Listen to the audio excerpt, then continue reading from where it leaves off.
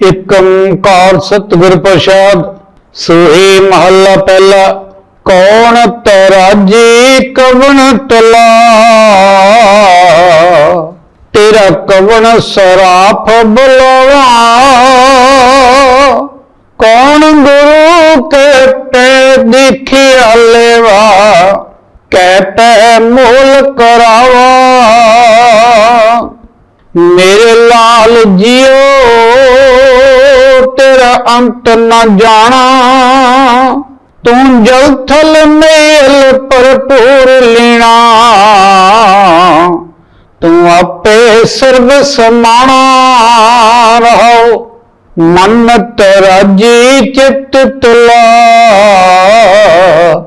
तेरी सेव सराफ कमावा, कटही पितर सो सै तुली। इन बिद चित रहावा, आपे कंधा तोल तराजी। आपे तोलन हारा, आपे देखे आपे बुझे। आपे है बनजारा, अंधला नीच जात परदेसी। खिन आवे टल जावे, ताकि संगत नानक रहिंदा। क्यों कर मूड़ा पावे, अंधला नीच जात परदेसी। खिन आवे टल जावे, ताकि संगत नानक रहिंदा। क्यों कर मूड़ा पावे। ये शब्द सतगुरु नानक पातशाह जी दे मुखारबिंद तो उचारिया होया धन धन चवर छतर दे मालक श्री गुरु ग्रंथ साहब गुरता गद्दी दे विराजमान शब्द गुरु जी दे अंग 730 राग सुही विच सुशोभित है। ये शब्द गुरु जी ने उस समय उचारिया जदों जोगियां दे नाल उन्हां दी वार्तालाप हुई। जदों वो दोहा नदी दे किनारे ते जो गोरख मत्ता बनया होया उत्थे जाके कुछ सुके पिपल दे थल्ले बैठ गए और उन्होंने जोगियां नूं समझाउण लई ये शब्द उच्चारण किया। क्योंकि नाथ मत जिहड़ा है ये उस समय होंद विच आया। पहला आरियां तो बाद जदों आरियां दे आउण तो पहला लंबिया लंबिया समाधियां ला के लोग अपनी उम्र नूं लंबा करने लई समाधियां लाउंदे सन, पर परमात्मा विच करतार दे विच उन्हां दा विश्वास नहीं सी। फिर पतंजलि ने एक हठ योग प्रदीप का ग्रंथ रचिया जिसने ब्राह्मणीकरण करन दा भरपूर यतन किया। फिर जदों नाथ मत आया इन्हां ने बुद्ध मत, ब्राह्मणी मत ਅਤੇ योग मत के सूत्रां नूं लैके एक नाथ मत नूं चलाया। नाथ मत लोकां दे विच बहुत ही हरमन प्यारा होया क्योंकि इस विच जो वर्ण व्यवस्था सी ओहदी कट्टरता नहीं सी, कोई भी नाथ बन सकदा सी। ते ये जिहड़ा मत है ये झेलम नदी दे नेड़े गोरख टिल्ला ते पेशावर विच गोरखटड़ी पश्चिमी पंजाब दे विच मौजूद हैं। नाथ मत ने यह तो ठीक किया कि जात पात का जिहड़ा वर्ण व्यवस्था सी उसनूं छड्ड दिता, पर इस दे विच गृहस्थ नूं त्यागना ते जंगलों च रहना एक बहुत बड़ा हठ तप जिहनूं कहा जा सकदा वो है सी। नाथां दे विच जिहड़े 12 पंथ इन्हां दे चले उन्हां च आई पंथ सब तो ज्यादा मशहूर होया जिहड़ा कि सतगुरु नानक पातशाह जी ने जपजी साहिब दे विच उदाहरण दी है। आए पंथी सगल जमाती मन जीते जगजीत, आदेश तिसे आदेश आद अनील अनाहद अंता जुग जुग एको बेस। सो जिहड़े होर इन्हां दे मत जिहड़े प्रचलित से जिन्हां दे विच हेतु पाव राम्या पागल गोपाल कंबड़ी बन धवज रावल दास ते चूड़ी आई तो बिना एक 11 मत ते आई पंथ पा के 12 मत नाथां दे चले। और इन्हां दे दो पहले जिहड़े नाथ होए मछंदर नाथ ते जलंधर नाथ, इन्हां दा आपस विच टकराव होया क्योंकि मछंदर नाथ दे जिहड़े चेले सी उन्हां दे ਕੰਨ ਪਾਟੇ ਸੀ ਅਤੇ ਜਲੰਧਰ ਨਾਥ ਦੇ ਚੇਲਿਆਂ ਦੇ ਕੰਨ ਨਹੀਂ ਪਾੜੇ। ਔਰ ਇਹਨਾਂ ਦੋਨਾਂ ਦਾ ਜਦੋਂ ਆਪਸ ਵਿੱਚ ਟਕਰਾਅ ਹੁੰਦਾ ਤੇ ਮਛੰਦਰ ਨਾਥ ਜਿਹੜਾ ਉਹ ਹਾਵੀ ਹੋ ਜਾਂਦਾ ਤੇ ਉਸ ਦਾ ਜਿਹੜਾ ਮਤ ਅੱਗੇ ਕਾਫੀ ਚੱਲਿਆ।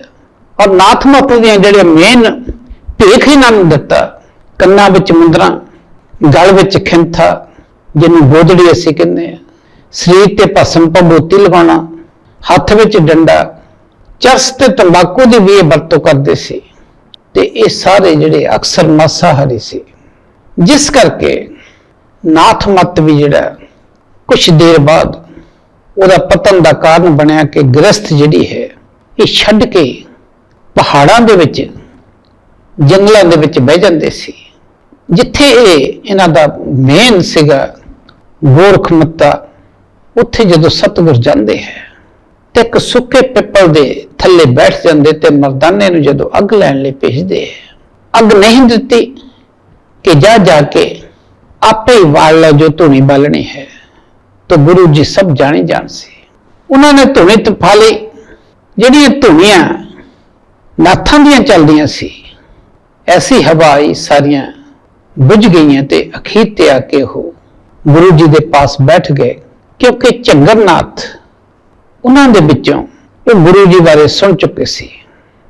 ਇਸ ਕਰਕੇ ਜਦੋਂ ਉਹ ਪਿੱਪਲ ਦੇ ਥੱਲੇ ਬੈਠ ਜਾਂਦੇ ਹੈ ਤਾਂ ਧੂਣੀਆਂ ਜਦੋਂ ਉਹਨਾਂ ਦੀਆਂ ਬੁਝ ਜਾਂਦੀਆਂ ਤੇ ਗੁਰੂ ਜੀ ਨੇ ਪਿੱਪਲ ਦੇ ਉੱਤੇ ਪਾਣੀ ਦਾ ਜਦੋਂ ਛਿੱਟਾ ਦਿੱਤਾ ਤੇ ਪਿੱਪਲ ਜਿਹੜਾ ਉਹ ਹਰਾ ਭਰਾ ਹੋਣਾ ਸ਼ੁਰੂ ਹੋ ਗਿਆ। ਜੋਗੀਆਂ ਨੇ ਸੋਚਿਆ, ਨਾਥਾਂ ਨੇ, ਕਿ ਆਪਣੇ ਯਤਨ ਲਾ ਕੇ ਇਸ ਪਿੱਪਲ ਨੂੰ ਜੜੋਂ ਹੀ ਉਖਾੜ ਦਈਏ। ਜਦੋਂ ਜੜੋਂ ਉਖਾੜਨ ਦੀ ਉਹਨਾਂ ਨੇ ਤੰਤਰ ਮੰਤਰ ਜੋ ਵੀ ਮਾਰਨਾ ਸ਼ੁਰੂ ਕੀਤਾ ਤਾਂ ਪਿੱਪਲ ਕੁਛ ਦੂਰੀ, ਕੁਛ ਫੁੱਟ ਉੱਚਾ ਹੀ ਉੱਠਿਆ ਸੀ ਤੇ ਸਤਿਗੁਰੂ ਜੀ ਨੇ ਹੱਥ ਲਾ ਕੇ ਉੱਥੇ ਹੀ ਰੋਕ ਦਿੱਤਾ ਤੇ ਪਿੱਪਲ ਅਡੋਲ ਖੜ ਗਿਆ। ਇਹ ਦੇਖ ਕੇ ਫਿਰ ਨਾਥਾਂ ਨੇ ਪੁੱਛਿਆ ਕਿ ਤੈਂ ਦੇਖਿਆ ਕਿੱਥੋਂ ਲਈ ਹੈ? ਤੇਰਾ ਗੁਰੂ ਕੌਣ ਹੈ? ਤੂੰ ਕਿਹੋ ਜਿਹਾ ਨਾਥ ਹੈ? ਨਾ ਤੇਰੇ ਕੰਨ ਪੱਟੇ ਹੋਏ, ਨਾ ਤੇਰੇ ਭਸਮ ਮਲੀ ਹੋਈ ਹੈ, ਨਾ ਤੇਰੇ ਗੋਦੜੀ ਹੈ, ਨਾ ਤੇਰੇ ਕੋਲ ਡੰਡਾ ਹੈ। ਇਹ ਗੱਲ ਸੁਣ ਕੇ ਸਤਿਗੁਰੂ ਜੀ ਨੇ ਇਹ ਸ਼ਬਦ ਫਿਰ ਉਚਾਰਿਆ, ਕੌਣ ਤਰਾਜੀ ਕਬਣ ਤਲਾ, ਤੇਰਾ ਕਬਣ ਸਰਾਫ ਬੁਲਾਵਾ। ਕਹਿੰਦੇ ਕਿਹੜੀ ਦੁਨੀਆ ਦੀ ਤਕੜੀ ਹੈ, ਕਿਹੜਾ ਬੱਟਾ ਹੈ ਤੇ ਕਿਹੜਾ ਸ਼ਰਾਫ ਹੈ ਜਿਹੜਾ ਤੇਰੇ ਗੁਣਾਂ ਨੂੰ ਤੋਲ ਸਕੇ, ਨਾਪ ਸਕੇ, ਅੱਜ ਤੱਕ ਬਣਿਆ ਨਹੀਂ। ਕੌਣ ਗੁਰੂ ਕੇ ਪੈ ਦੇਖਿਆ ਲੇਵਾ, ਕਹਿ ਪੈ ਮੂਲ ਕਰਾਵਾ। ਕੌਣ ਗੁਰੂ ਹੈ ਜਿਹੜਾ ਦੇਖਿਆ ਦੇਣ ਵਾਲਾ ਤੇ ਉਸ ਦਾ ਉਹ ਕਿਵੇਂ ਪਰਮਾਤਮਾ ਨੂੰ ਦੇ ਗੁਣਾਂ ਦਾ ਵਿਖਿਆਨ ਕਰ ਸਕਦਾ। ਸਿਫਤ ਸਲਾਹ ਕੀਤੀ ਜਾ ਸਕਦੀ ਹੈ ਲੇਕਿਨ ਪਰਮਾਤਮਾ ਦੇ ਗੁਣਾਂ ਨੂੰ ਬਿਆਨ ਨਹੀਂ ਕੀਤਾ ਜਾ ਸਕਦਾ। ਇਹ ਤਾਂ ਅਕਥ ਕਥਾ ਹੈ। ਕਹਿ ਰਵਿਦਾਸ ਅਕਥ ਕਥਾ ਕੋ ਕਾਹੇ ਕਰੀਜੇ, ਜੈਸਾ ਤੂੰ ਤੈਸਾ ਤੂੰ ਹੀ ਕਿਆ ਉਪਮਾ ਦੀਜੇ। ਉਸ ਪਰਮਾਤਮਾ ਦੇ ਗੁਣਾਂ ਨੂੰ ਕੌਣ ਕਹੇ? ਇਹ ਹੋ ਸਕਦਾ ਕਿ ਸਿਫਤ ਸਲਾਹ ਕਰਕੇ ਉਸ ਦਾ ਨਾਮ ਜਪ ਕੇ ਸਿਮਰਨ ਕਰਕੇ ਉਹਦੇ ਵਿੱਚ ਅਭੇਦ ਹੋ ਜਵੇ ਜੀਵਾਤਮਾ, ਪਰ ਇਹੋ ਜਿਹੀ ਤਕੜੀ, ਇਹੋ ਜਿਹਾ ਬੱਟਾ, ਇਹੋ ਜਿਹਾ ਸ਼ਰਾਫ ਅੱਜ ਤੱਕ ਨਹੀਂ ਬਣਿਆ ਤੇ ਨਾ ਬਣਨਾ ਹੈ। ਮੇਰੇ ਲਾਲ ਜੀਓ ਤੇਰਾ ਅੰਤ ਨਾ ਜਾਣਾ। हे प्रभु, हे परमात्मा, हे अल्लाह, तेरा कौन अंत जान सकता? तू जल थल मैयल भरपूर लेना, तू आपे सर्व समाना। तू तो सारी धरती ते, सारे पानी विच, आकाश विच, कण कण दे विच विराजमान है, निर्लेप होया। तू अपने आप नूं आप ही जानदा, कोई दूसरा तेरा व्याख्यान नहीं कर सकता। जदों नाथां ने यह गल सुनी ते जदों उन्होंने कहा कि ते मुंदरा नहीं गया, तेरे कोई डंडा नहीं है, तो उन्होंने कहा मुंदा संतोख सर्म पत झोली ध्यान की करे बपुत खिंथा काल कुआरी काया जुगत डंडा प्रतीत आए पंथी सगल जमाती मन जीते जगजीत। मुद्रा तो संतोख दियां चाहिए, तुसी किहड़ियां पा के बैठे। इस करके जदों जोगियां दे बाणे दा भी विख्यान कर दिता तो फिर सतगुर कहंदे मन तराजी चित तुला तेरी सेव सराप कमावा घट ही पीतर सो सै तोली इन विद चित रहावा। कहंदा जेकर सतगुरु कह रहे हैं मन जड़ा ये तकड़ी बन जाए और चित जड़ा ये बट्टा बन जाए ते जिहड़ी सेवा है वो सराफ बन जाए, वो सुनियारा बन जाए, वो तोलन वाला बन जाए। घट ही भीतर सो सै तोली, फिर तोलना किथे है? बाहर नहीं, अंदर अंतरीव दे विच कहंदे घट ही भीतर सो सै तोली। अपने आप अंदर तोलना है, क्योंकि परमात्मा जिहड़ा चित जिहड़ा उहदे चरनां दे विच जुड़ना चाहिए ते परमात्मा दा वासा जिहड़ा वो चित दे अंदर ही होना। क्योंकि सतगुरु रविदास महाराज जी कह रहे हैं परम परस गुर भेटिए पूर्व लिखत ललाट उन मन मन मन ही मिले छुटकत बजर कपाट। मन दे विच मिलना ते जदों मन चरनां दे विच टिक गया, चित उस परमात्मा दे चरनां दे विच लग गया, अडोल अवस्था बन गई ते सारे बजर कपाट जिहड़े खुल जाने 10वें द्वार ते फिर अंदर ही जिहड़ा तोल असीं कह रहे हैं अपने आप नूं अंदर ही प्रकाश जदों हुंदा तो फिर इस विधि दे नाल पता लगदा कि उसका तो अंत पाया नहीं जा सकता। वो तो अकथ है। आपे कंडा तोल तराजी आपे तोलन हारा। आपे ही वो कंडा है, आपे तकड़ी है ते आपे तोलन वाला है। सब कुछ आप है, क्योंकि ये तन का जिहड़ा मूल है वो मन है और मन का मूल जिहड़ी आत्मा है और आत्मा का मूल परमात्मा है। इस करके ये जीव आत्मा उस परमात्मा तो बिछड़ी हुई है। जदों इसनों अपने मूल का पता लग जाता तो फिर ये उसके गुणां दे विच लीन होने लई अपनी हौमे नूं त्याग दिंदी है। हौमे ही सब तो बड़ा रोग है। जदों हौमे खत्म हो जाती है तो फिर पता लगता आपे कंडा तोल तराजी आपे तोलन हारा आपे देखे आपे बुझे आपे है बन जा रहा। आप ही सारा कुछ हो कर रहा है। जिस ते मेहर हुंदी है उसनों पता लगता कि वो आप ही देख रहा, आप ही करवा रहा ते आप ही सौदा करने वाला ते आप दा ही सौदा जिहड़ा है ਉਹਦੇ ਸਵਾਸਾਂ ਦੀ ਪੂੰਜੀ ਨਾਲ सच का सौदा किया जाना। जिहड़ी सवासां की पूंजी है इस नाल सच का व्यापार करने लिए दुनिया ते बंदा आउंदा। इसे करके चौथे पातशाह जी ने कहा हम जानिया कुछ ना जाने आगे जो हर राखे त्यो ठाडे हम भोल चूक गुर कृपा धारो जन नानक कुतरे काढे। कहंदे कोई भी इहो चतराई नहीं कर सकता, कोई अकल नहीं चल सकती, ना पहला चली ते ना अगे चलनी है। असीं तां उहदे दर ते खड़े हैं, परमात्मा दे दर ते अरदास चलनी है, जोर नहीं चलना। बेनती करनी है, अरदास करनी है कि हे गुरु हे परमात्मा हम भूल चूक गुर कृपा तारो। साडे जिहड़े अवगुण है उन्होंने अनडिठ कर दिओ, उन्होंने चितारो ना, क्योंकि कर्म करके असीं अपने अवगुणां नूं कीते हुए माड़े कर्मां नूं कट नहीं सकते। तेरी किरपा नाल कट्टे जाने। जन नानक कुतरे काढे। ये अरदास कर दो सतगुरु कह रहे हैं कि ਉਹਦੇ ਦਰ ਦੇ ਕੁੱਤੇ ਬਣ ਕੇ ਅਖਵਾਉਣਾ ਪੈਂਦਾ। ਇਸ ਕਰਕੇ ਜੀਵ ਆਤਮਾ ਜਿਹੜੀ ਹੈ ਜਦੋਂ ਉਹਦੀ ਪ੍ਰੀਤ ਲੱਗ ਜਾਂਦੀ ਹੈ ਤਾਂ ਉਹਨੂੰ ਸਿਰਫ ਤੇ ਸਿਰਫ ਪਰਮਾਤਮਾ ਦੇ ਨਾਲ ਹੀ ਹੈ। ਬਾਕੀ ਇਹ ਜਿਹੜੀ ਦਵੈਤ ਦੁਨੀਆ ਬਣੀ ਹੋਈ ਹੈ, ਜਿਹੜੀ ਕਿ ਉਸ ਦੀ ਸ਼ਾਨ ਹੈ ਪਰਮਾਤਮਾ ਦੀ, ਇਸ ਦੇ ਉੱਤੋਂ ਫਿਰ ਜੀਵ ਆਤਮਾ ਦਾ ਮਨ ਚੁੱਕਿਆ ਜਾਂਦਾ ਹੈ। ਅੰਦਲਾ ਨੀਚ ਜਾਤ ਪਰਦੇਸੀ, ਖਿਨ ਆਵੇ ਤਿਲ ਜਾਵੇ, ਤਾਕੀ ਸੰਗਤ ਨਾਨਕ ਰਹਿੰਦਾ ਕਿਉ ਕਰ ਮੋੜਾ ਪਾਵੇ। ਕਹਿੰਦੇ ਮਨ ਇੰਨਾ ਅੰਨਾ ਹੋ ਗਿਆ ਕਿ ਅਵਗੁਣ ਕਰ ਕਰਕੇ, ਪਾਪ ਕਰ ਕਰਕੇ ਨੀਚ ਬਣ ਗਿਆ ਔਰ ਇਹਦਾ ਕੋਈ ਵੀ ਟਿਕਾਣਾ ਨਹੀਂ ਰਿਹਾ। ਪਰਦੇਸੀ ਕਦੀ ਕਿੱਥੇ ਕਦੀ ਕਿੱਥੇ, ਇੱਕ ਖਿੰਨ ਦੇ ਵਿੱਚ ਆਉਂਦਾ ਹੈ, ਇੱਕ ਖਿੰਨ ਦੇ ਵਿੱਚ ਜਾਂਦਾ ਹੈ।